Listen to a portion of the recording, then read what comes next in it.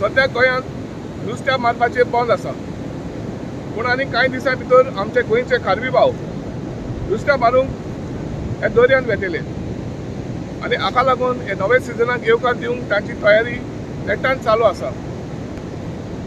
आयज तांणी पाद्री काडून आपली बोटी, आपली झाडां, आपली नॅट्स तशेंच आपल्या कामदारांचेर देवाचो आशिर्वाद मागला आनी ते आशेन रावतात हे नवे सिजन, हे नवे नुस्तें मारपाचें सिजन तांकां बरें जावचें म्हूण.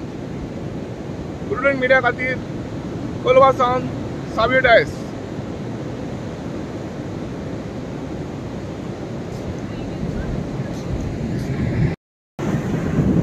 देवाचो आशीर्वाद घेवन दर्याचे जैत व्हरूंक आनी आपल्याचे आनी समाजाचे उदारपसनाक नुस्तें धरून वावर करून आमकां एक आशिर्वाद देवाचो, देखून आमी चड खोशी देवाच्या आशिर्वादान काम सुरू करतात.